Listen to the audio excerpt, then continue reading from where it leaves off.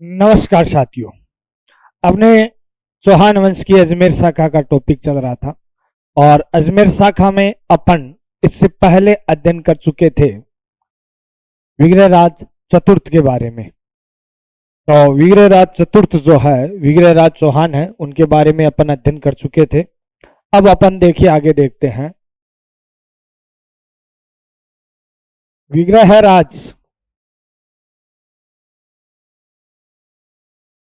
चतुर्थ है, इनके बाद में शासक बनता है अपरगांग्य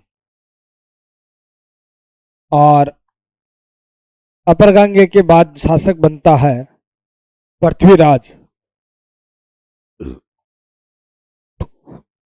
द्वितीय।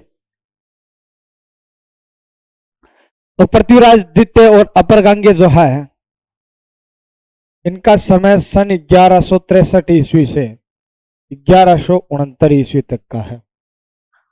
अब पृथ्वीराज द्वितीय की जब निसंतान मृत्यु हो जाती है, पृथ्वीराज द्वितीय की जब निसंतान मृत्यु हो जाती है तो गुजरात से बुलाया जाता है सोमेश्वर देव चौहान को, और सोमेश्वर देव चौहान है, इनको गुजरात से बुला करके भैया शासक नियुक्त किया जाता है अजमेर का, है ना।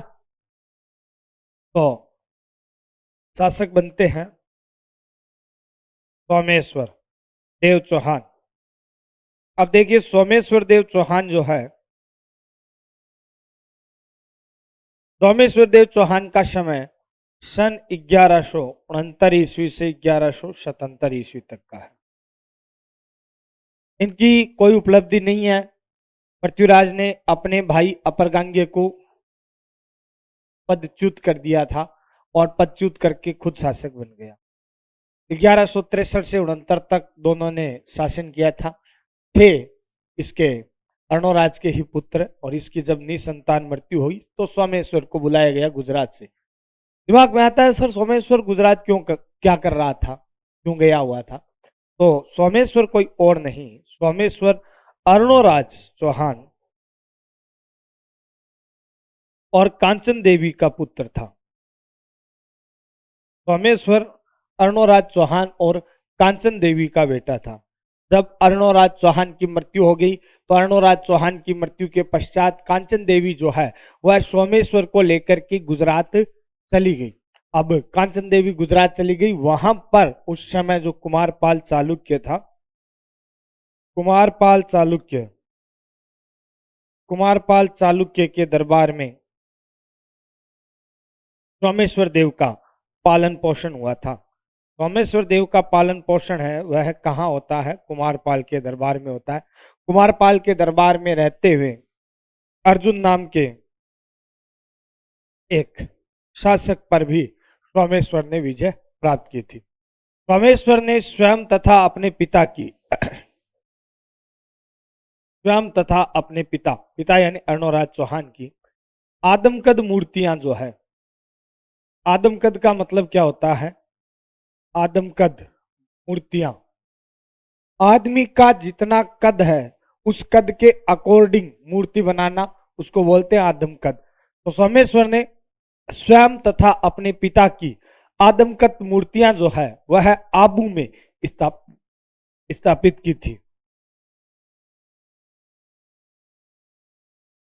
कहां पर?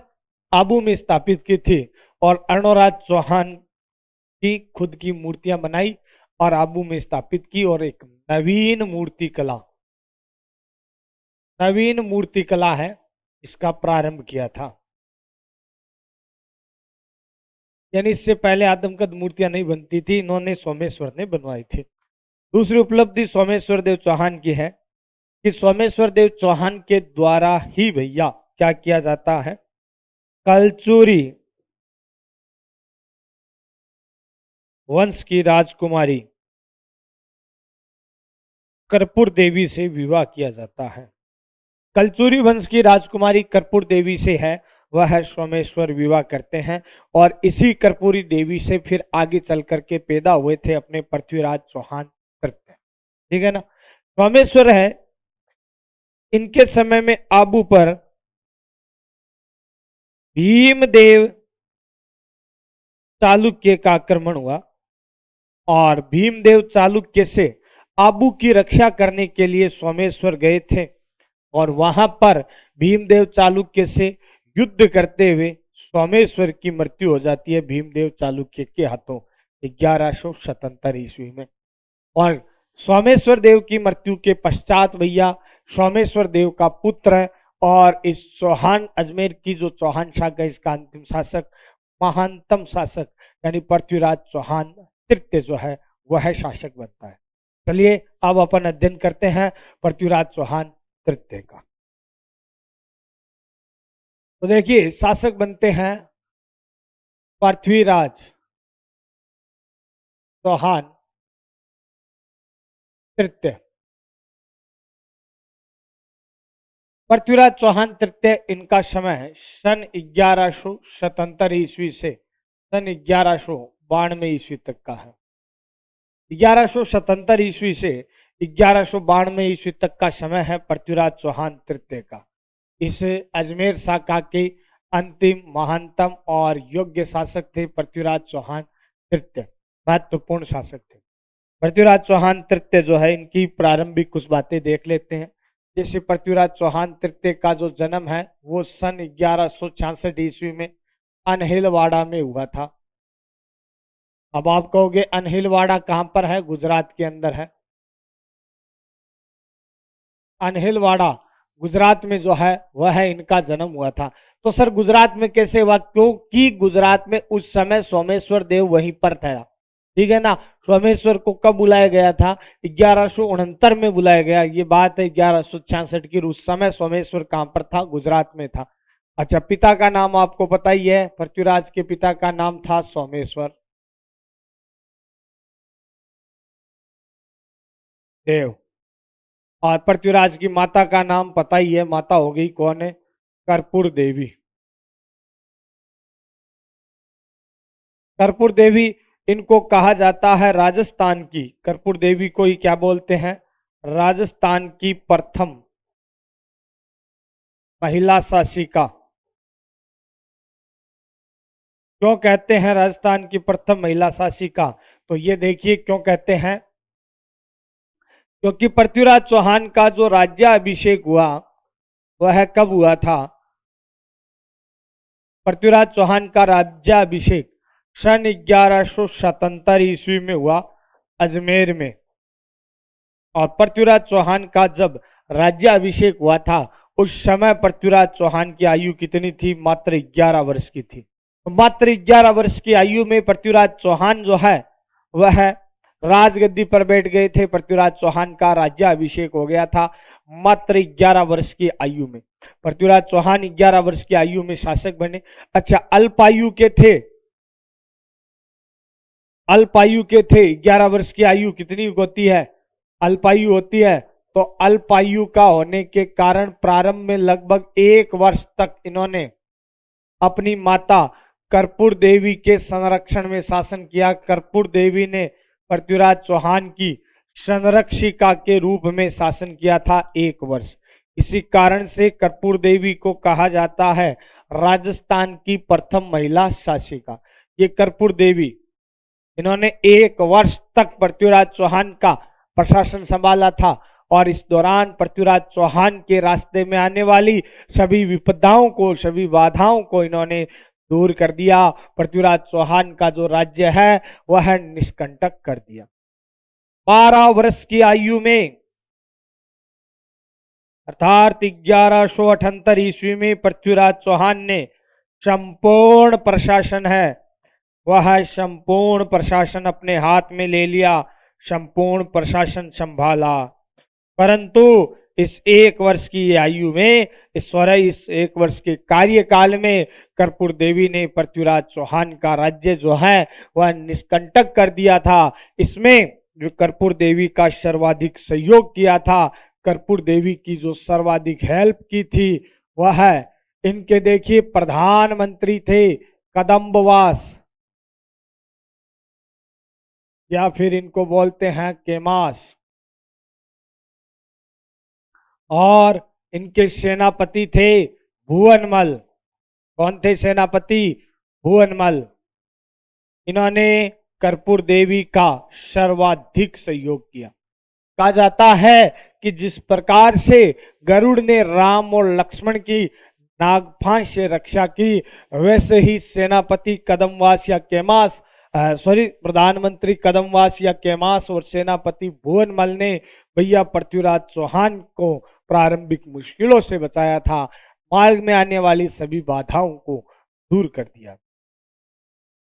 12 वर्ष की आयु में पृथ्वीराज चौहान ने संपूर्ण प्रशासन अपने हाथ में ले लिया। मम्मी को कह दिया, मम्मी जी अब आप रेस्ट करो, आराम करो, विश्राम करो, अब मैं इस लायक हो गया हूं कि पूरा प्रशासन मैं संभाल सकूं। परंतु अल्पायु के थे, अल्पायु के होने के कारण पूरी मैच्योरिटी नहीं थी भैया, और मैच्योरिटी का अभाव होने के कारण पृथ्वीराज चौहान ने दिग्विजय की नीति का अनुसरण किया। दिग्विजय की नीति का अनुसरण किया, यानी पूरे संसार को ही जीतने की नीति अपनाई। यह जो दिग्विजय की नीति पृथ्वीराज चौहान ने अपनाई, इससे पृथ्वीराज चौहान को काफी नुकसान हुआ, क्योंकि पृथ्वीराज चौहान ने आसपास जो है वह शत्रु ही शत्रु बना लिए, और तराइन के युद्ध में पृथ्वीराज चौहान की किसी ने सहायता नहीं की। देखो ये अपने जो भारत है, पूरा समझाता हूं आपको। पृथ्वीराज चौहान के जो संघर्ष है, पृथ्वीराज चौहान ने जो दिग्विजय की नीति अपनाई, और पृथ्वीराज चौहान है, इन पृथ्वीराज चौहान की जो महत्वपूर्ण उपलब्धियां वगैरह है, उन पर अपन पूरी चर्चा करेंगे विस्तार से। यह जो पृथ्वीराज भारत का जो क्षेत्र है, इस भारत के क्षेत्र में यह पूरा क्षेत्र पृथ्वीराज चौहान के साम्राज्य में आता था। ये देखो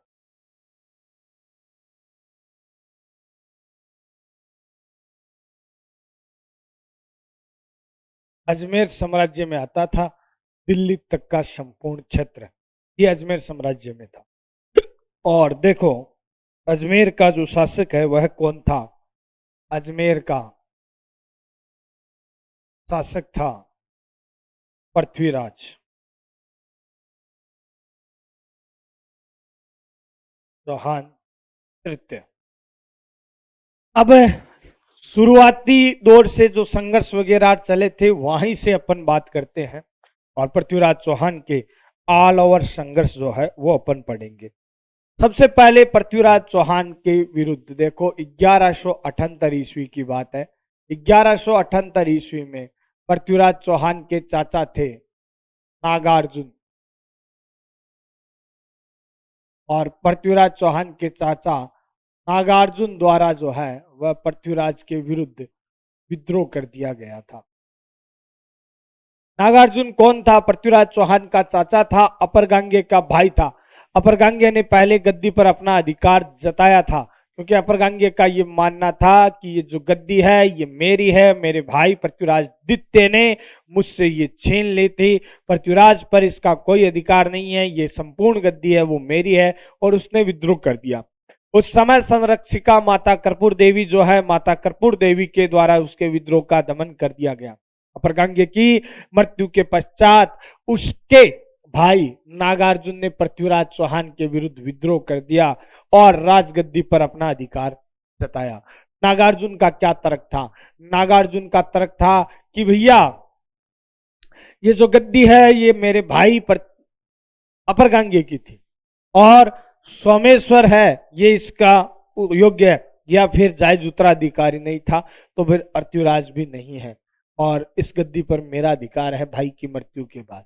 पृथ्वीराज चौहान ने अपने प्रधानमंत्री केमास, या इसे बोलते हैं कदमवास, केमास की सहायता से इसको भेजा था केमास को, और केमास की सहायता से अपर गांगे के विद्रोह का पृथ्वीराज चौहान के द्वारा सन 1178 में ही दमन कर दिया। उसके बाद पृथ्वीराज चौहान का जो संघर्ष हुआ था वह संघर्ष हुआ किसके विरुद्ध? भंडानकों के विरुद्ध। 1182 ईस्वी में पृथ्वीराज चौहान के द्वारा भंडानक जो थे, इन भंडानकों का दमन किया गया था। 1182 में पृथ्वीराज चौहान ने भंडानकों का दमन कर दिया। भंडानक कौन थे? भंडानक भैया सतलज प्रांत से आने वाली एक जाति थी भंडानक। पृथ्वीराज चौहान के साम्राज्य में घुसकर लूटपाट करती थी, और ये बात पृथ्वीराज चौहान कैसे बर्दाश्त करता? और पृथ्वीराज चौहान ने भंडानकों का जड़ मूल से ही दमन कर दिया, क्योंकि इसके पश्चात राजस्थान के इतिहास पर अन्यत्र कहीं दोबारा अपने को भंडानकों का नाम प्राप्त नहीं होता है। तो पृथ्वीराज चौहान ने भंडानकों का अंतिम रूप से दमन कर दिया। पृथ्वीराज चौहान का फिर दूसरा जो संघर्ष होता है वह किसके साथ होता है? देखिए, ये जो क्षेत्र है यहाँ पर एमपी यूपी का जो क्षेत्र है, इस क्षेत्र में महोबा था। ये क्षेत्र महोबा राज्य था। इससे महोबा राज्य के अंदर जैसे बुंदेलखंड है, जेजाक भुक्ति का जो क्षेत्र है, वह क्षेत्र इस महोबा में आता था। महोबा पर जो है वो किस वंश का शासन था? चंदेल वंश का शासन था। कौन से वंश का? चंदेल वंश का शासन था। चंदेल वंश का जो शासक है वह कौन था? परमवर्दी चंदेल था भैया। कौन था? परमवर्दी चंदेल, चंदेल वंश का शासक था। अब इस परमवर्दी चंदेल ने क्या किया? परमवर्दी चंदेल ने पृथ्वीराज चौहान के किसी सैनिक अभियान से लौट रहे जो घायल सैनिक थे, उन घायल सैनिकों की परमवर्दी चंदेल ने हत्या करवा दी। परमवर्दी चंदेल के द्वारा पृथ्वीराज चौहान के घायल सैनिकों की हत्या करवा दी। आप बताइए, पृथ्वीराज चौहान जैसा महान शासक इस बात को कैसे बर्दाश्त करता? तो पृथ्वीराज चौहान ने भैया सन 1182 ईस्वी में चंदेलों पर आक्रमण कर दिया।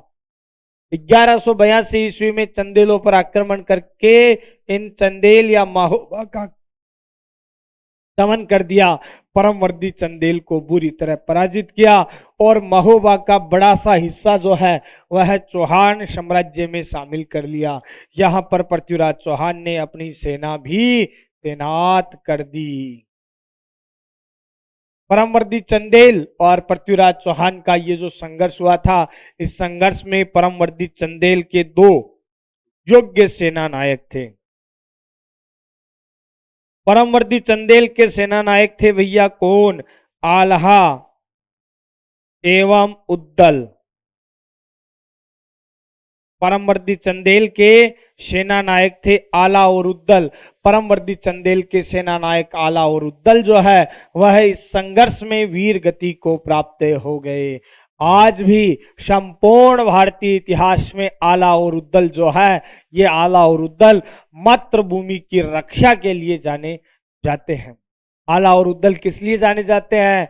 मातृभूमि की रक्षा के लिए संपूर्ण भारतीय इतिहास में जाने जाते हैं। कहा जाता है कि आला और उद्दल परमवर्दी चंदेल के सबसे योग्य और बहादुर सेना नायक थे। आला और उद्दल जो है इनका किन्हीं बात को लेकर के परमवर्दी चंदेल के साथ है वो मनमुटाव हो गया था। तो परमवर्दी चंदेल ने क्या किया?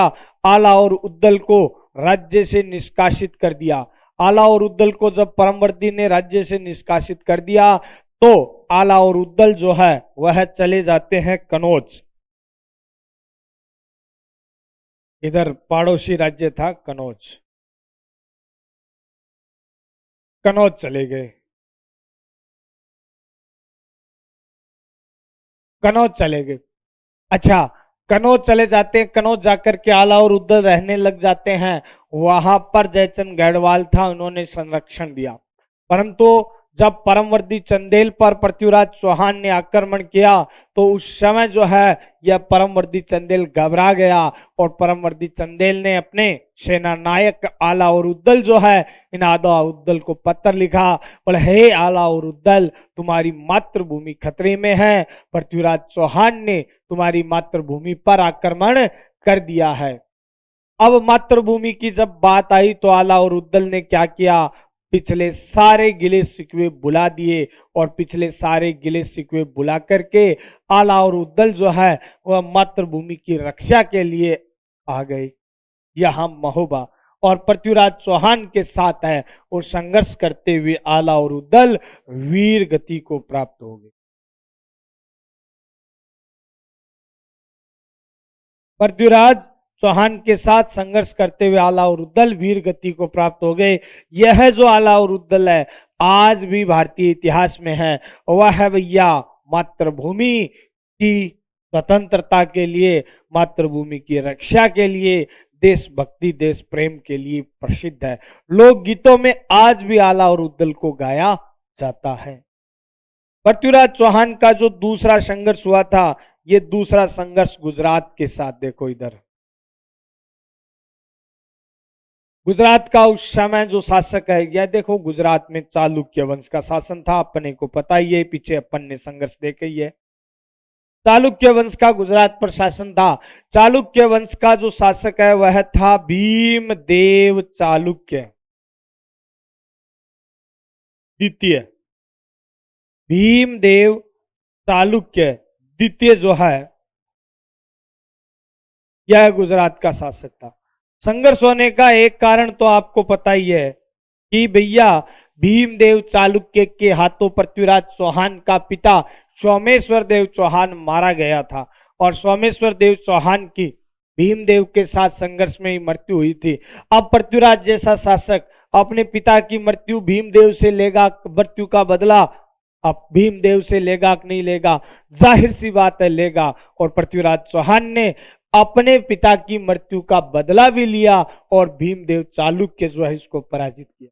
दूसरा संघर्ष का कारण अजमेर और गुजरात की जो सीमा है वो आपस में लगती थी और सीमा विवाद के कारण जो है वो लंबा संघर्ष इनमें चल ही रहा था। तीसरा एक कारण था, यहां अजमेर की सीमा पर था आबू और कहा जाता है कि भैया आबू की जो राजकुमारी थी जिसका नाम था इच्छनी, आबू की राजकुमारी थी इच्छनी और आबू की राजकुमारी इच्छनी के साथ है वह भैया यह भीमदेव चालुक्य विवाह करना चाहता था, परंतु ये जो इच्छनी है वह पृथ्वीराज चौहान के साथ प्रेम करती थी और पृथ्वीराज चौहान ने इच्छनी के साथ विवाह कर लिया। इस कारण से भीमदेव चालुक्य पृथ्वीराज चौहान से और भी नाराज हो गया। चौहान और चालुक्यों के बीच में लंबा संघर्ष चला था। पृथ्वीराज चौहान जब शासक बने थे तब से लेकर के सन 1184 ईस्वी तक दोनों के मध्य में लंबा संघर्ष चला था, काफी लंबा संघर्ष चला और आए दिन प्रतिदिन जो है वो लड़ाइयां होती रहती थी। कभी चौहानों की विजय होती, कभी चालुक्यों की विजय होती, कोई निर्णायक युद्ध भी नहीं हुआ। कभी चौहान कभी चालुक्य दोनों का पलड़ा, कभी किसी का पलड़ा भारी, कभी किसी का पलड़ा भारी, कभी किसी का झुकता, कभी किसी का झुकता। रोजाना इस प्रकार से संघर्ष चलते रहते थे, युद्ध चलते रहते थे। तो पृथ्वीराज चौहान जो है इनके और चालुक्यों के बीच में देखिए सन 1184 ईस्वी में, सन 1184 ईस्वी में भैया चौहान और चालुक्यों के बीच में नागौर का युद्ध हुआ। नागौर का ये जो युद्ध हुआ ये अनिर्णायक युद्ध था, परंतु इस युद्ध के पश्चात जो है वह चौहानों और चालुक्यों के बीच में संधि स्थापित हो गई। इस संधि की जानकारी हमें खतरगच पट्टावली से प्राप्त होती है और खतरगच पट्टावली के अनुसार सन 1184 में चौहानों और चालुक्यों के बीच में संधि स्थापित हो गई और एक बार के लिए शांति स्थापित हो गई। परंतु चौहान और चालुक्यों के बीच में भैया ये जो संधि हुई थी यह कोई मित्रतावक संधि नहीं हुई थी। इतना ही हुआ था, दो राजाओं के बीच में एक राजनीतिक संधि हुई थी। हम तुम पर आक्रमण नहीं करेंगे, तुम हम पर आक्रमण मत करना, शांति स्थापित है, वह हुई थी। मित्रता स्थापित नहीं हुई थी। और यही कारण है कि भीमदेव जिसने अकेले भैया मोहम्मद गौरी को पराजित किया था, वह भीमदेव अगर पृथ्वीराज के साथ मिल जाता तो गौरी के छक्के छुड़ा देते, छक्के दोनों। परंतु भैया मित्रता स्थापित नहीं हो सकी और पृथ्वीराज को खामियाजा भुगतना पड़ा तराइन के द्वितीय युद्ध। पृथ्वीराज की महत्वाकांक्षा के चलते इधर एक संघर्ष है वह और हो जाता है, और वह संघर्ष होता है कनौज के साथ। पृथ्वीराज की महत्वाकांक्षा के चलते कनौज के साथ संघर्ष हुआ। कनौज का जो शासक था उस समय जयचंद गहड़वाल था। जयचंद गहड़वाल कनौज का शासक था। कहा जाता है पृथ्वीराज चौहान और जयचंद गहड़वाल दोनों मौसेरे भाई थे। पृथ्वीराज चौहान और जयचंद गहड़वाल दोनों मौसेरे भाई थे। जयचंद गहड़वाल दिल्ली पाना चाहता था, पृथ्वीराज चौहान दिल्ली पाना चाहता था। और कहा जाता है इनके नाना अंगद पाल तोमर ने ये जो दिल्ली का जो क्षेत्र है, ये दिल्ली का क्षेत्र है, किसको दे दिया? पृथ्वीराज चौहान को दे दिया, अजमेर साम्राज्य में शामिल हो गया। और इसी कारण से जयचंद गहड़वाल जो है वह पृथ्वीराज चौहान से भैया ईर्ष्या करने लग गया। इधर जयचंद गहड़वाल की एक पुत्री थी, पुत्री का नाम था संयोगिता। अब ये जो संयोगिता है, इस संयोगिता को पृथ्वीराज चौहान से प्रेम हो गया। संयोगिता को पृथ्वीराज चौहान से प्रेम हो गया। अब पृथ्वीराज चौहान और संयोगिता के इस प्रेम प्रसंग का पता जयचंद गहड़वाल को चल गया। जयचंद गहड़वाल के विवाह करवाने में कोई दिक्कत नहीं थी, परंतु जयचंद गहड़वाल पृथ्वीराज चौहान के साथ है वो ईर्ष्या करता था। ईर्ष्या करता था तो जयचंद गहड़वाल ने भैया क्या किया? इस जयचंद गहड़वाल ने एक राजसूय यज्ञ का आयोजन किया। और यह जो राजसूय यज्ञ है, इस राजसूय यज्ञ के दौरान ही इन्होंने संयोगिता के स्वयंवर का आयोजन किया। स्वयंवर, स्वयंवर अपने आप वर चुनना। प्राचीन भारत में यह पद्धति विद्यमान थी। प्राचीन भारत में महिलाओं को पूर्ण स्वतंत्रता थी वर चुनने की, और जयचंद ने भी संयोगिता को ये स्वतंत्रता दी और उसके स्वयंवर का आयोजन किया। स्वयंवर का विशाल पांडाल लगाया गया। उसमें स्वयंवर में भाग लेने के लिए आसपास के भारत के अनेकों हिस्सों से, अनेकों राज्यों से भारत के भैया कई राजा, योद्धा, शूरवीर राजकुमार है, उनको बुलाया गया। सारे राजकुमार, योद्धा, शूरवीर है, वह संयोगिता के स्वयंवर में भाग लेने के लिए आए थे। पृथ्वीराज चौहान से जयचंद गहड़वाल ईर्ष्या करता था, और जहां स्वयंवर का पांडाल लगा था उस स्वयंवर के पांडाल के बाहर पृथ्वीराज चौहान की एक लोहे की मूर्ति बनवाई पृथ्वीराज चौहान को अपमानित करने के लिए। पृथ्वीराज चौहान की लोहे की मूर्ति बनवाई पृथ्वीराज चौहान को अपमानित करने के लिए, इन राजाओं को ये दिखाने के लिए कि पृथ्वीराज चौहान जैसे सम्राट जो है वह मेरे यहाँ पहरेदार है, प्रतिहार है। इसको अपमानित करने के लिए, पृथ्वीराज को नीचा दिखाने के लिए संयोगिता के स्वयंवर में जो है वह पृथ्वीराज की लोहे की मूर्ति बनाई। स्वयंवर का समय शुरू हुआ। संयोगिता हाथ में माला लेकर के भैया सभी राजकुमार, जो राजा, योद्धा बैठे हुए थे, इन सबको चीरते हुए संयोगिता गई और पृथ्वीराज चौहान की मूर्ति के गले में संयोगिता ने अपनी माला डाल दी। पृथ्वीराज चौहान की मूर्ति के गले में संयोगिता ने माला डाल दी। पृथ्वीराज चौहान को अपना वर संयोगिता ने चुन लिया। तो यहाँ उपस्थित राजा है, योद्धा है, राजकुमार है, वो भी नाराज हो गए कि हे जयचंद गढ़वाल, जब संयोगिता पृथ्वीराज को अपना पति मान चुकी थी, हमें अपमानित करने के लिए स्वयंवर में क्यों बुलाया गया। जयचंद गढ़वाल ने अपनी जिद्दी प्रवृत्ति के कारण संयोगिता को नजरबंद कर दिया। इधर पृथ्वीराज चौहान जो है, इनको इसके बारे में पता चला। पृथ्वीराज चौहान ने भैया कनौज पर आक्रमण किया। कनौज पर आक्रमण करके संयोगिता का कर लिया हरण। पृथ्वीराज चौहान ने संयोगिता का कर लिया हरण और संयोगिता का हरण करके उसे कनौज की सेना को पराजित करके अजमेर ले आया और अजमेर ला करके संयोगिता के साथ गांधार विवाह रचाया। संयोगिता के साथ पृथ्वीराज चौहान ने गांधार विवाह किया। इससे जयचंद गढ़वाल नाराज हो गया और जयचंद गढ़वाल, देखो कनौज का कुछ हिस्सा भी पृथ्वीराज चौहान ने अपने साम्राज्य में मिला लिया था और संयोगिता का हरण भी कर लिया। जयचंद गढ़वाल इस कार्य से पृथ्वीराज चौहान से ईर्ष्या तो करता ही था और अधिक नाराज हो गया। और इसने फिर जयचंद ने क्या किया कि महोबा में जो पृथ्वीराज चौहान की सेना तैनात थी, जिनको यह आदेश दिया हुआ था कि तराइन के द्वितीय युद्ध के दौरान तराइन में आप पहुंचना, समय पर पृथ्वीराज की सहायता के लिए नहीं जा सकी। क्यों? क्योंकि जयचंद गढ़वाल ने अप्रत्यक्ष रूप से गौरी का साथ दिया और पृथ्वीराज चौहान की सेना को भैया आगे जाने नहीं दिया, कनौज में रोक कर रखा, जिस कारण से पृथ्वीराज चौहान की भैया तराइन के द्वितीय युद्ध में पराजय हो गई। तो युद्ध पृथ्वीराज चौहान के लिए नहीं, पूरे भारतवर्ष के लिए है। वह एक विनाशकारी युद्ध है, वो घोषित हुआ। पूरे भारतवर्ष के लिए एक निर्णायक युद्ध घोषित हुआ। उसी युद्ध के पश्चात भारत में मुस्लिम सत्ता की स्थापना हुई और भैया भारतीय प्रजा को अन्याय सहने पड़े थे।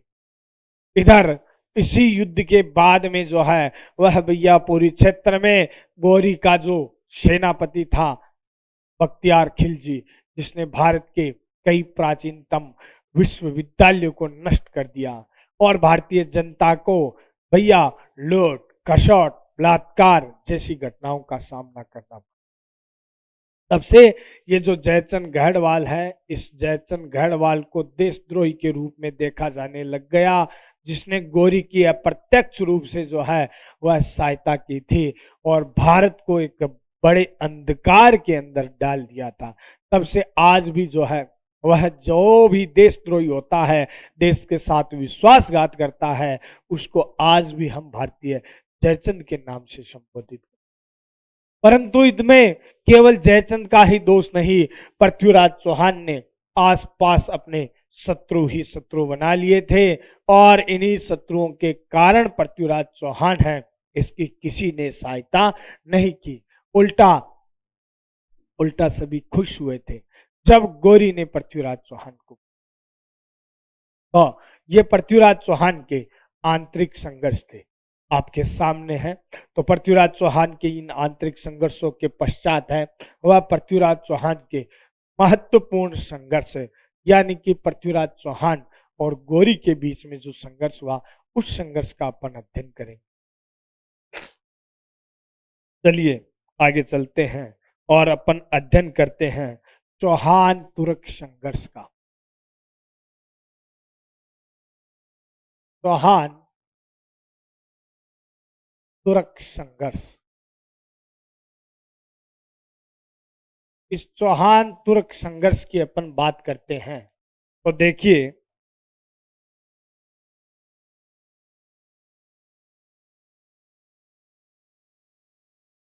चौहान तुर्क संघर्ष वही बात है, पूरा आपको सिस्टमेटिक तरीके से समझाऊंगा। ये देखिए अपने वर्तमान भारत का क्षेत्र और इसमें पृथ्वीराज चौहान का साम्राज्य अभी अपन ने देखा ही था। ये अजमेर का जो साम्राज्य है,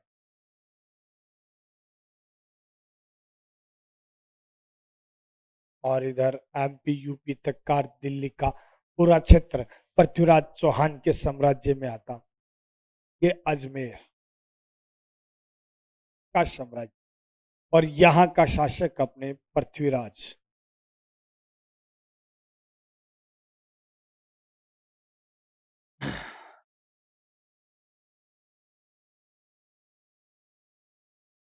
चौहान तृतीय।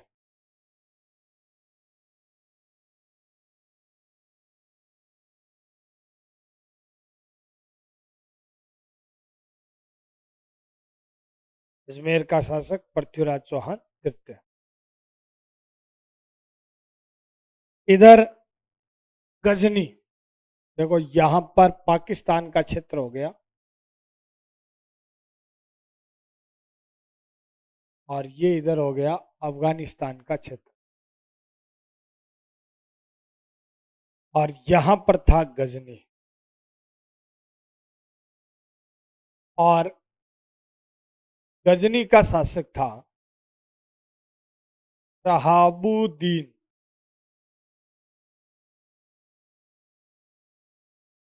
मोहम्मद गोरी। गजनी का शासक कौन था? शहाबुद्दीन मोहम्मद गोरी, ये गजनी का शासक था गोरी।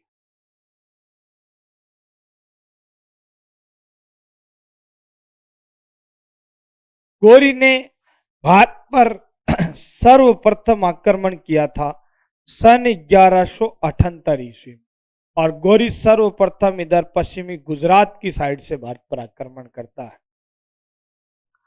गुजरात का उस समय शासक था मूलराज द्वितीय। कौन से वंश का? चालुक्य वंश का। चालुक्य वंश का शासक था मूलराज द्वितीय। अब चालुक्य वंश का शासक जो मूलराज द्वितीय है, इस मूलराज द्वितीय के समय गोरी ने सन 1178 ईस्वी में वह भारत पर आक्रमण किया था। मोहम्मद गोरी द्वारा भारत पर सर्वप्रथम गुजरात पर आक्रमण किया गया। मूलराज द्वितीय का भाई था तो युद्ध के लिए प्रस्थान करता है भीमदेव चालुक्य द्वितीय। कौन था? भीमदेव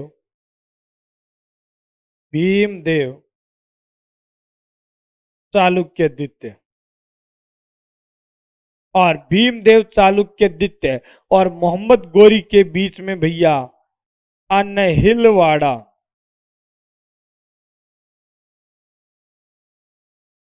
का युद्ध होता है। कौन सा युद्ध होता है? अनहिलवाड़ा का युद्ध होता है और या फिर इसे आबू का युद्ध भी कहते हैं। और इस युद्ध में गोरी बुरी तरह से पराजित होता है। भीमदेव चालुक्य की विजय होती है और उसके पश्चात कहते हैं गोरी ने पश्चिम साइड से भारत पर कभी आक्रमण नहीं किया। इस तरफ गोरी ने मुंह ही नहीं किया। गोरी को पता था आगे भीमदेव चालुक्य बैठा है। उसके पश्चात मोहम्मद गोरी ने जो है वह भारत पर आक्रमण किया। किस साइड से? पश्चिमी साइड से। इधर लाहौर, अफगान लाहौर होते हुए इसने गोरी ने भारत पर आक्रमण किया। इधर गोरी के द्वारा सरहिंद पर विजय प्राप्त कर ली गई। सरहिंद जो पंजाब, पाकिस्तान वाले पंजाब यहां आता था, ठीक है। सरहिंद पर विजय प्राप्त कर ली। सरहिंद पर विजय प्राप्त करके जियाउद्दौला खां है, जियाउद्दौला खां, जियाउद्दौला खां है। इस जियाउद्दौला खां को सरहिंद का काजी नियुक्त कर दिया। अब पृथ्वीराज चौहान और गोरी की सीमाएं जो है वो आपस में लगने लगी। इधर गोरी बड़ा महत्वाकांक्षी था, पृथ्वीराज चौहान भी महत्वाकांक्षी थे। पृथ्वीराज चौहान जो है वह गोरी को भारत से बाहर खदेड़ना चाहते थे। गोरी भारत की पावन धरा में प्रवेश करना चाहता था। तो दोनों के बीच में संघर्ष होना लाजमी है। अब संघर्ष की अगर बात करते हैं, अलग अलग ग्रंथों से हमें अलग अलग बातें हैं वो प्राप्त होती है। जैसे भैया पृथ्वीराज विजय में कहा जाता है कि चौहान और तुर्कों के बीच में 7 बार हुआ संघर्ष। पृथ्वीराज रासो में चौहान और तुर्कों के बीच में 17 बार संघर्ष की बात की गई है। अर्थात इसके अलावा जैसे प्रबंध चिंतामणि जो है मेरुतुंग का, तो मेरुतुंग के प्रबंध चिंतामणि में 21 बार, पृथ्वीराज जो विजय है उसमें 7 बार, और हमीर महाकाव्य जो है उसके अंदर भी 21 बार पराजित करने का उल्लेख किया। मतलब कहने का है कि अलग अलग ग्रंथों में ये अलग अलग जानकारी मिलती है। तो इतिहासकार जो है वो कहते हैं कि ये पृथ्वीराज चौहान और गोरी के बीच में कोई निर्णायक युद्ध नहीं थे, ये सीमा विवाद को लेकर के होने वाली जो छुटपुट घटनाएं थी वो छुटपुट घटनाएं थी, ठीक है ना। कोई निर्णायक युद्ध है वो पृथ्वीराज चौहान और गोरी के बीच में नहीं हुआ। इतिहासकारों का मानना है पृथ्वीराज चौहान और गोरी के बीच में 2 ही निर्णायक युद्ध हुए हैं। एक तो हुआ है तराइन का प्रथम युद्ध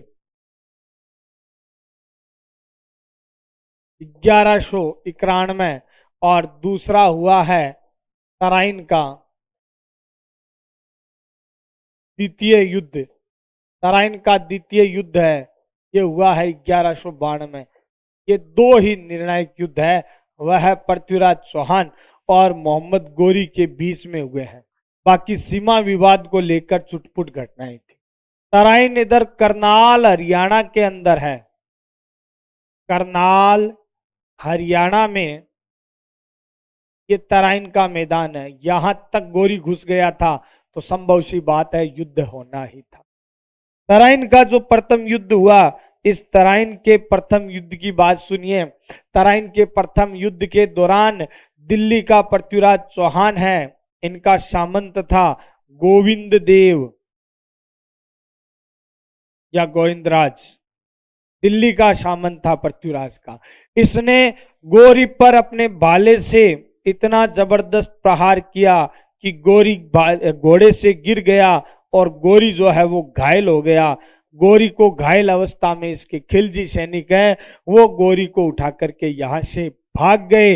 पृथ्वीराज चौहान की तराइन के प्रथम युद्ध में होती है विजय। इतिहासकारों का मानना है यहां पर पृथ्वीराज चौहान ने एक सबसे बड़ी गलती कर दी, सबसे बड़ी भूल पृथ्वीराज ने की। भागती हुई तुर्क सेना का पृथ्वीराज ने पीछा नहीं किया। तो ये भूल नहीं थी, मैं बता दूं आपको, पृथ्वीराज चौहान की भूल नहीं थी, ये युद्ध नीति थी। हमारे भारतीय जो युद्ध करते थे वो भी धर्म पूर्वक युद्ध करते थे भैया, भारतीय धर्म पूर्वक, क्योंकि हम पीठ पर वार नहीं करते, निहत्थे पर वार नहीं करते, महिला यानी स्त्री और वृद्ध तथा बच्चों पर वार नहीं करते। तो भैया पृथ्वीराज चौहान की ये महानता थी कि भागती हुई तुर्क सेना का इन्होंने पीछा नहीं किया, न कि निर्णायक भूल थी। बाकी कुछ इतिहासकार इसे निर्णायक भूल भी मानते हैं। गोरी बुरी तरह पराजित होकर के गजनी भाग गया, पृथ्वीराज चौहान अजमेर आ गए। यहां पर पृथ्वीराज चौहान ने गलती की। 1 वर्ष तक प्रथम विजय का उत्सव है वह पृथ्वीराज चौहान की राजपूत सेना मनाती रही। 1 वर्ष तक विजय का उत्सव मनाती रही राजपूत सेना। पृथ्वीराज चौहान की सेना 1 वर्ष युद्ध का उत्सव मनाती रही। पृथ्वीराज ने कोई युद्ध की तैयारी नहीं की, न कोई युद्ध का प्रशिक्षण हुआ। इधर गोरी जो है वो 1 साल तक लगातार जो है वह अपनी पराजय का बदला लेने के लिए युद्ध की तैयारियां करता रहा। पृथ्वीराज चौहान अपने आमोद प्रमोद में व्यस्त रहे और गोरी जो है वो युद्ध की तैयारियों में व्यस्त रहा। ठीक 1 साल बाद गोरी पुनः करनाल हरियाणा के तराइन के मैदान में आदम का पृथ्वीराज चौहान को संदेशा भेजा, हे पृथ्वीराज चौहान तू मेरी अधीनता स्वीकार कर ले। पृथ्वीराज चौहान ने भी उत्तर दे दिया, हे गोरी भारत की पावन धरा को छोड़कर यहां से चला जा, पिछली बार जीवित रह गया था अब की बार जीवित भी नहीं बच पाएगा। गोरी है वो भी समझ गया, बोले पृथ्वीराज चौहान को पराजित करना असंभव है। गोरी ने कूटनीति का प्रयोग किया। कूटनीति का प्रयोग करते हुए गोरी ने पृथ्वीराज चौहान को संदेशा भेजा, हे पृथ्वीराज चौहान मैं गजनी का शासक नहीं हूं, गजनी का शासक मेरा भाई है गयासुद्दीन मोहम्मद गोरी, मैं शहाबुद्दीन मोहम्मद गोरी उसका सामंत हूं। तो आजा अपन संधि की बात कर लेते हैं। मैंने मेरे भाई को संधि का प्रस्ताव भेज दिया, तू भी आजा संधि की बात कर लेते हैं। यहाँ पर पृथ्वीराज चौहान ने गलती की और भैया पृथ्वीराज चौहान संधि वार्ता के भ्रम में तुर्कों की बात में आ गए और नाम मात्र की सेना लेकर के तराइन के मैदान में पृथ्वीराज चौहान पहुंच गए। नाम मात्र की सेना, जैसे अभी पीछे देखा था महोबा के अंदर जो सेना तैनात थी, उस सेना को यह पृथ्वीराज चौहान ने आदेश दिया था कि तराइन के मैदान में आ जाना, हो सकता है संधि वार्ता विफल हो जाए तो युद्ध की भी नौबत आ सकती है। पृथ्वीराज को यह थोड़ी पता था कि गौरी युद्ध करने के लिए ही आया है, गौरी युद्ध करने के लिए ही आया है। तो पृथ्वीराज चौहान नाम मात्र की सेना लेकर के तराइन के मैदान में पहुंच गए, नाम मात्र की सेना। इधर गौरी ने भी भैया क्या किया, कूटनीति खेले, पूरी रात अपने खेमे में है वो आग जला कर रखी ताकि शत्रु को ये लगे युद्ध के लिए नहीं संधि के लिए आए हैं। डेरे के बाहर पीछे की तरफ, यानी खेमा डेरे को कहते हैं, डेरे के पीछे जो है वह भैया युद्ध की तैयारियां चल रही थी। 10,000 की जो रिजर्व सेना है वो एक तरफ खड़ी कर दी थी छुपा करके भैया गौरी ने। जैसे ही सूर्य उदय होता है, क्योंकि राजपूत पूरी रात है वो संधि वार्ता के भ्रम में बैठे रहे, सूर्य उदय हुआ, राजपूत सोच आदि क्रिया निवृत्त करने के लिए है वो इधर उधर बिखरे। उसी दौरान गौरी ने अचानक जो है वह पृथ्वीराज की सेना पर आक्रमण कर। अचानक हुए इस आक्रमण से राजपूत भी बौखला गए। राजपूतों ने जैसे तैसे अपने आप को संभाला, युद्ध के लिए तैयार हुए। दोपहर तक युद्ध चलता रहा और दोपहर तक राजपूत भी युद्ध करते करते हैं वो थक गए थे, क्योंकि पृथ्वीराज के पास रिजर्व सेना नहीं थी। संधि के लिए नाम मात्र की सेना लेकर गए। उसी दौरान राजपूत थके हुए थे। गौरी ने जो 10,000 की अश्वसेना जो छुपा कर रखी थी, उस 10,000 की अश्वसेना को भी गौरी ने बुला लिया और राजपूतों की जीत पर मिट्टी फेर दी। जो रही कई कसर थी जीत की, उस पर पानी फेर दिया और इस तराइन के द्वितीय युद्ध में पृथ्वीराज चौहान की पराजय हो, मोहम्मद गौरी की विजय हुई। कूटनीति से, धूर्त नीति से गौरी ने तराइन के द्वितीय युद्ध में विजय प्राप्त की। ये तराइन का द्वितीय युद्ध है वो भारत का निर्णायक युद्ध रहा, क्योंकि इस युद्ध के पश्चात भारत में मुस्लिम सत्ता की स्थापना हुई। तराइन के द्वितीय युद्ध के पश्चात है वह भारत में मुस्लिम सत्ता की स्थापना हुई और यह जो तराइन का द्वितीय युद्ध है वो भारत के लिए भैया एक अंधकार युक्त भविष्य शामिल हुआ। अब पृथ्वीराज चौहान है, इनकी पराजय होती है, पृथ्वीराज चौहान की पराजय हो गई। तराइन के द्वितीय युद्ध में गौरी जीत गया, मुस्लिम सत्ता की स्थापना हो गई। परंतु प्रश्न ये आता है कि सर पृथ्वीराज चौहान का क्या हुआ। पृथ्वीराज चौहान की बात करते हैं, अलग अलग जो इतिहासकार है, अलग अलग ग्रंथ है, उनमें अलग अलग बातें मिलती है। जैसे बदायूनी है, जैसे फरिश्ता है, अमीर खुसरो है, अबुल फजल है,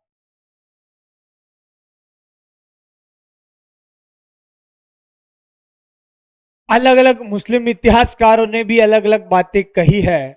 और जैसे हमीर महाकाव्य है,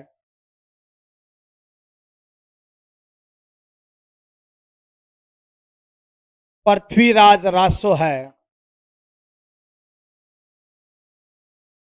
पृथ्वीराज विजय है, इन अलग अलग ग्रंथों में पृथ्वीराज की मृत्यु पर अलग अलग बातें कही है।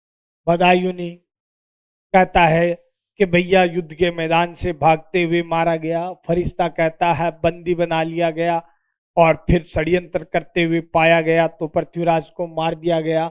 अमीर खुसरो जो है वो कहता है कि भैया पृथ्वीराज चौहान ने अधीनता स्वीकार कर ली थी और फिर षड्यंत्र किया तो गौरी ने मार दिया। अबुल फजल कहता है गजनी ले गया और गजनी ले जा करके भैया वहां पर बंदी बनाकर रखा, षड्यंत्र करते हुए पाया गया तो मार गए। तो अलग अलग बातें मिलती है। पृथ्वीराज रासो अमीर का भी, इनमें भी अलग अलग बातें हैं। दो चीजें आपको याद रखनी है। एक तो अबुल फजल जो है, इन्होंने पृथ्वीराज की मृत्यु गजनी में बताई है, और पृथ्वीराज रासो जो है, पृथ्वीराज रासो, इसमें भी पृथ्वीराज चौहान की मृत्यु जो है वो कहां पर बताई गई है? गजनी में बताई। चंद्रबरदाई के पृथ्वीराज रासो जो है, इसमें एक जानकारी मिलती है कि पृथ्वीराज चौहान का जो मित्र था चंद्रबरदाई, यह चंद्रबरदाई, इसको पता चला गौरी पृथ्वीराज को पकड़कर गजनी ले गया, ब्राह्मण का वेश बना करके गजनी पहुंच गया। जाकर के गौरी से कहा, हे गौरी, मैं संन्यास लेना चाहता हूं, परंतु तब तक संन्यास नहीं ले सकता जब तक मेरी सारी इच्छाएं पूरी नहीं होती। गौरी कहा, हे ब्राह्मण, मैं तुम्हारी क्या सहायता कर सकता हूं? तो कहते हैं चंद्रबरदाई ने ब्राह्मण का वेश धारण किए हुए था, गौरी से कहा, हे गौरी, मैंने पृथ्वीराज चौहान की धनुर्विद्या के बारे में सुना है, और ये सुना है कि पृथ्वीराज चौहान जो है वह अपने एक ही तीर से 7 घड़ियाल को बीन सकता है। गौरी ने कहा, नहीं, अब ऐसा नहीं हो सकता, मैंने पृथ्वीराज चौहान को अंधा करवा दिया है। क्योंकि गौरी जब पृथ्वीराज चौहान को गजनी ले गया तो गौरी ने पृथ्वीराज चौहान से अपनी आंखें नीची करने के लिए कहा। पृथ्वीराज चौहान ने अपनी आंखें नीची नहीं की तो गौरी ने गर्म सुलाइयों से पृथ्वीराज चौहान की आंखें फोड़ दी थी। तो कहा, अब ये नहीं हो सकता, मैंने उसे अंधा करवा दिया है। तो भैया चंद्रबरदाई ने कहा, कोई बात नहीं, मैंने तो उसकी धनुर्विद्या के बारे में सुन रखा है, मेरे को तो बस उसे ही देखना है। पृथ्वीराज चौहान ने एक बार मुझसे कहा था कि उसे शब्द भेदी बाण की भी कला आती है। ए गौरी सुल्तान, तूने अगर उसको नहीं देखा तो कुछ भी नहीं देखा। तो गौरी ने कहा, इसे समझाएगा कौन, कला दिखवाएगा कौन, कौन उसे राजी करेगा? बोले, मैं राजी। चंद्रबरदाई पृथ्वीराज के पास गया, पृथ्वीराज चौहान को सारी सच्चाई, सारी घटना बता दी, पूरी जो योजना है वो बताई। गौरी ने भैया पांडाल लगाया, पांडाल के अंदर जो है वो भैया गौरी है वह बैठा हुआ था, चारों तरफ प्रजा बैठी हुई शब्द वेदी बाण की कला देखने के लिए, बीच में चंद्रबरदाई और पृथ्वीराज चौहान खड़े। पृथ्वीराज चौहान जो है, इनको धनुष बाण दिए गए, 3 बाण पृथ्वीराज चौहान को दिए गए। आवाज की गई, जहां पर आवाज की गई वहां पर पृथ्वीराज चौहान ने 2 सटीक निशाने लगाए। पृथ्वीराज चौहान ने तीसरा बाण अपने धनुष की परतंजा पर चढ़ाया, परतंजा खींची, आवाज की गई। उसी दौरान चंद्रबरदाई ने एक दोहा बोला, 4 बांस 24 गज अष्टंगुल प्रमाण, ताऊ पर सुल्तान है मत चूके चौहान। और पृथ्वीराज चौहान ने मोहम्मद गौरी पर सटीक निशाना लगाया, गौरी वहीं पर मारा गया। चंद्रबरदाई और पृथ्वीराज चौहान ने एक दूसरे को तलवार घोंप करके आत्महत्या कर। पृथ्वीराज चौहान की मृत्यु इस प्रकार से रासों में बताई गई। अब आप कहोगे, सर जी चंद्रबरदाई वहां पर मर गया तो रासो किसने पूर्ण किया? जी, चंद्रबरदाई है, उसके पुत्र जलहण ने यह रासो पूर्ण किया। जलहण ने यह रासो पूर्ण किया था, जो चंद्रबरदाई का पुत्र था। चंद्रबरदाई जो है, इनको सजन्मी समरणी मित्र कहा जाता है पृथ्वीराज का। इनका वास्तविक नाम था पृथ्वी भट्ट। चंद्रबरदाई का वास्तविक नाम क्या था? पृथ्वी भट्ट इनका वास्तविक नाम था। और रासो को इनके पुत्र जलहण ने पूर्ण। पृथ्वीराज विजय जयानक की जो रचना है, इस पृथ्वीराज विजय में एक अलग स्टोरी मिलती है, जिसमें कहा जाता है कि मोहम्मद गौरी ने पृथ्वीराज चौहान का घोड़ा चेंज कर दिया और उसके स्थान पर ये नाट्य रंभा नाम का घोड़ा जो है वह दे दिया। नाट्य रंभा नाम का ये जो घोड़ा है वो चेंज करवा दिया, पृथ्वीराज के घोड़े के बदले में उसके स्थान पर इसको डाल दिया। और ये जो नाट्यरंभा घोड़ा है ये भैया नाचने में बड़ा निपुण था। और कहते जैसे ही युद्ध शुरू हुआ नगाड़े तुरही बिगुल बजे, ये नाट्यरंभा जो पृथ्वीराज जिस पर बैठा हुआ था गौरी ने चेंज करवाया था, ये घोड़ा नाचने लग गया, जिस कारण से पृथ्वीराज है वह युद्ध में आगे नहीं बढ़ सके और इस युद्ध में पृथ्वीराज की पराजय हो गई। तो दो बातें आपको याद रखनी है, अबुल फजल ने और पृथ्वीराज रासो यानी चंद्रबरदाई ने गजनी में पृथ्वीराज की मृत्यु बताई है। बाकी सब ने पृथ्वीराज की मृत्यु अलग अलग स्थानों पर बताई है। पृथ्वीराज चौहान श्रेष्ठ योद्धा होने के साथ साथ विद्वानों के आश्रयदाता भी थे। देखिए जनार्दन, पृथ्वी भट्ट, जयानक, विद्याधर, विद्यापति, वागीश्वर आदि पृथ्वीराज चौहान के दरबारी विद्वान थे। सरस्वती कंठाभरण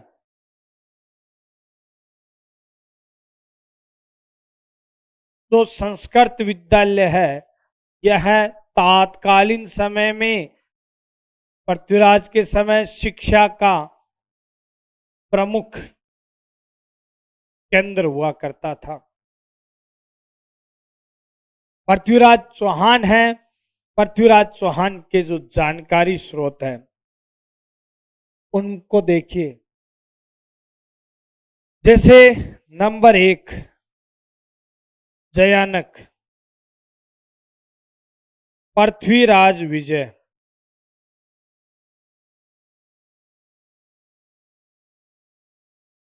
चंद्रबरदाई,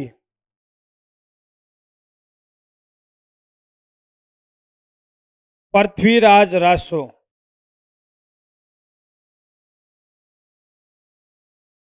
ये तो समकालीन थे, दरबारी विद्वान थे ही। इसके अलावा इसकी पृथ्वीराज चौहान की जानकारी हमें मेरुतुंग,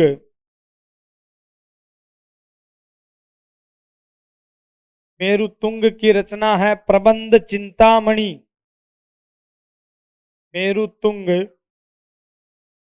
की रचना है प्रबंध चिंतामणि, इससे भी मिलती है। और नयन चंद्र सूरी की रचना है हमीर महाकाव्य,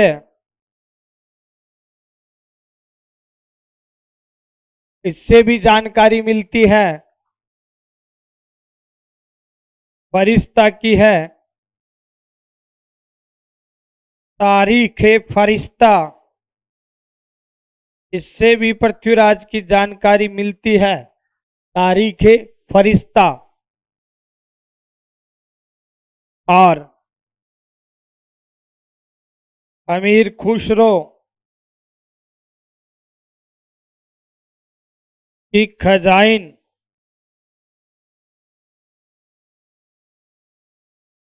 है, इससे भी पृथ्वीराज की जानकारी हमें प्राप्त होती है। ठीक है, तो पृथ्वीराज चौहान के ये जानकारी स्रोत है। घोड़े का नाम अगर पूछे तो देख नाट्यरंभा, वैसे पृथ्वीराज का नहीं था, फिर भी ये प्रचलन में है कि पृथ्वीराज के घोड़े का नाम नाट्यरंभा था, बाकी वास्तव में ये पृथ्वीराज का घोड़ा नहीं था। पृथ्वीराज चौहान है, इन्होंने दिल्ली में पिथौरगढ़ के किले का निर्माण करवाया, इस कारण से इन्हें राय पिथौरा भी कहा जाता है। कुछ इतिहासकार है, वैसे तो ये पृथ्वीराज की उपाधि नहीं है, परंतु कुछ इतिहासकार दल पुंगल है उसकी उपाधि भी पृथ्वीराज कि बताते हैं कि पृथ्वीराज चौहान के द्वारा दल पुंगल की उपाधि है वो भी धारण की गई थी। ठीक है ना। पृथ्वीराज चौहान है, इसके समय ही ख्वाजा मोइनुद्दीन चिश्ती, ख्वाजा मोइनुद्दीन चिश्ती पृथ्वीराज चौहान के समय ही अजमेर आए थे। ख्वाजा मोइनुद्दीन चिश्ती मोहम्मद गोरी के साथ पृथ्वीराज के समय अजमेर आए और अजमेर में ख्वाजा मोइनुद्दीन चिश्ती के द्वारा चिश्ती संप्रदाय की स्थापना की गई थी और ख्वाजा मोइनुद्दीन चिश्ती को मोहम्मद गोरी के द्वारा सुल्तान ए हिंद की उपाधि प्रदान की गई थी और यहीं पर ख्वाजा मोइनुद्दीन चिश्ती अजमेर में रहते और अजमेर में रहते हुए ख्वाजा मोइनुद्दीन चिश्ती है इनके द्वारा भैया यहीं पर अपना खानगाह स्थापित किया जाता है, यहीं पर इनकी मृत्यु होती है और आज यहीं पर ख्वाजा मोइनुद्दीन चिश्ती की दरगाह स्थित है और इसी कारण से अजमेर को भारत का मक्का भी कहा जाता है। तो पृथ्वीराज चौहान है, पृथ्वीराज चौहान के साथ ही भैया चौहान वंश की ये अजमेर शाखा भी समाप्त हो जाती है और इसी पृथ्वीराज के साथ भैया भारत जो सुनहरा भारत था, प्राचीन भारत था, उस भारत का भी पतन होकर के यहाँ पर मुस्लिम सत्ता की स्थापना हो जाती। अब अपन अन्य चौहानों की शाखाएं आगे वाली क्लासों में पढ़ेंगे, अध्ययन करेंगे। धन्यवाद। जय हिंद, जय भारत।